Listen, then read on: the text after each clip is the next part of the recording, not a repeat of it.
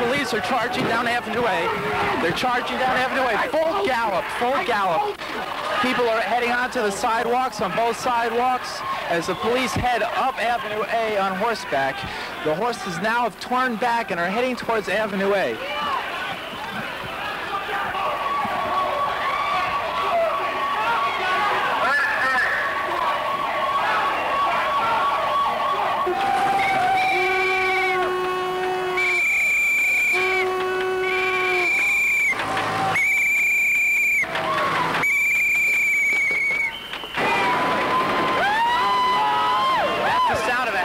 It's showing a searchlight from over a building onto 8th Street and Avenue A.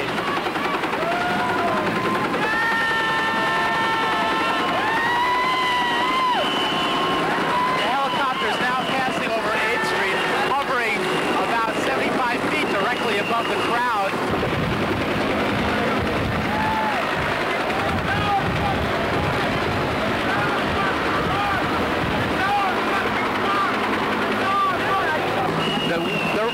That's the sound of the rotors, the propellers of the helicopter, and they're kicking up an incredible storm of dust. The trees and dust and dirt are blowing like a great dust storm across the avenue.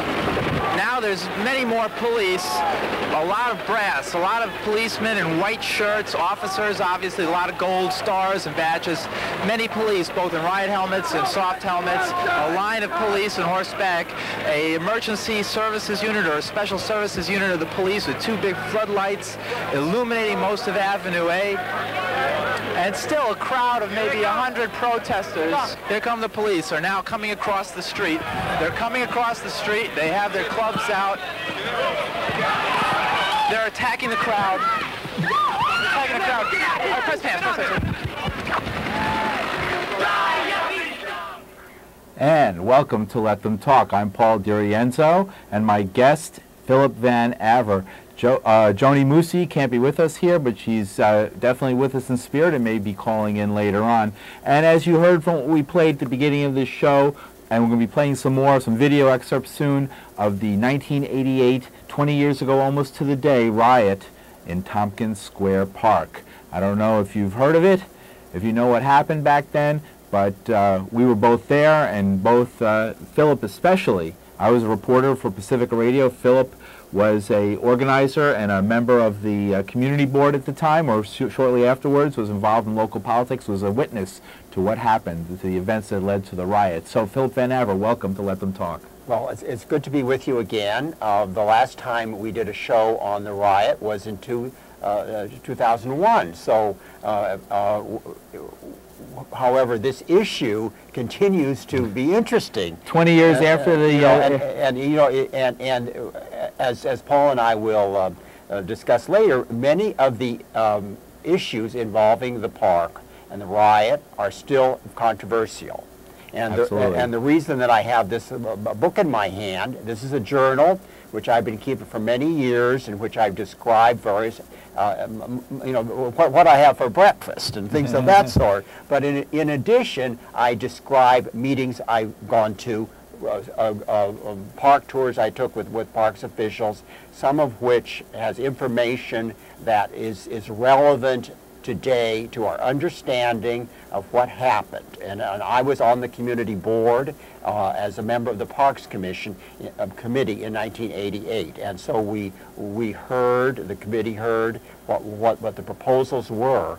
And that's what we're going to talk about. When I have an opportunity, I'll explain exactly what community boards in New York City are, because I realize some of you may not be aware of this mechanism for community input. Right. Let's. What I want to do is talk a little bit about the events leading up to the riot, and then when we get to the actual talking about what happened and the aftermath, we're going to play some video. All right. So we're going to of what actually happened, filmed at the time by Paul Guerin and some other news sources. But I think Paul basically was the biggest videographer, and Clayton Patterson as well at the time. It wasn't as widespread a practice as it is today to videotape things. And we'll be playing that later on after we talk about the events that led up. And I think it's important to, Philip, begin with What is Tompkins Square Park? Where is it? And why are we still talking about it after 20 years? What is the impact it has emotionally on our community? Tompkins Square Park was founded in 1830, so it's a very old park, and it's in the center of basically a lower income working class neighborhood. And in 1988 was a period of economic difficulty in the city, and there were many homeless people who used the park from time to time. And the park had been a center of controversy really for really all the year. I moved to the Lower East Side in 1969, and there were efforts to close the park or to have a night closing. And one of the reasons that the Tompkins Square Park was left open at night was that historically people in the tenements around there slept there in the summer when it was just too hot to sleep at home. So there was this tradition going back for generations of keeping the park open.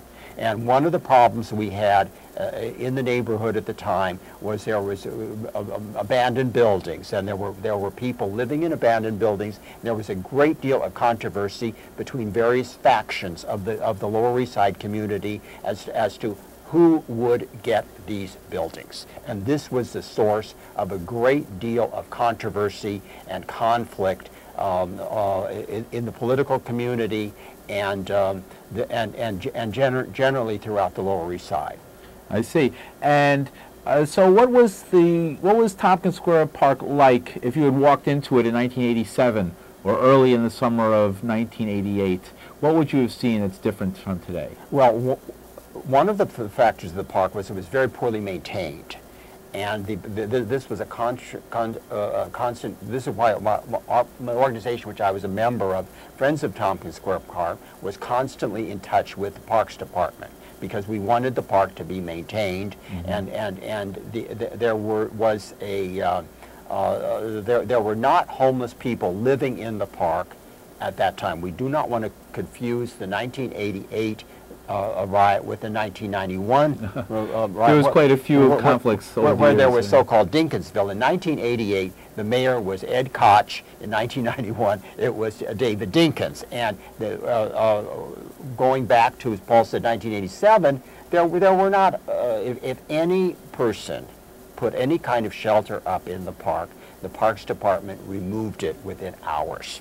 And so that was not the issue then. The issue was one of who would control the park, right, and what elements of the community would control the park, whether the park would be an area where where that was open at night. Many people use the park at night for perfectly legitimate reasons. So what happened next?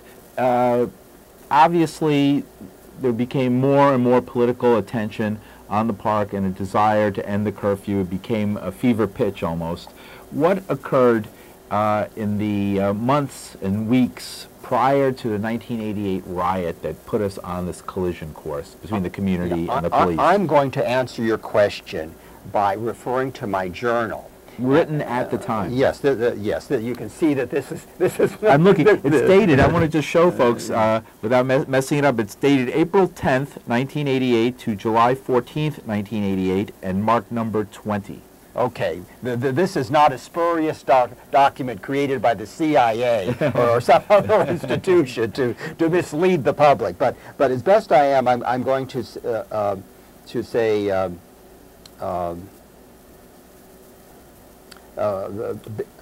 As I was reading, Betsy, who was the chairman of the Friends of Tompkins Square Park, telephoned in response to the message I put on her machine. Right away, Betsy agreed to come to the June 19th Seward Park rally. To continue, Donna Ellaby, a woman from the Avenue A Block Association, is coming to the Community Board 3 Parks Committee in June to get support for a Tompkins Square Park night closing. And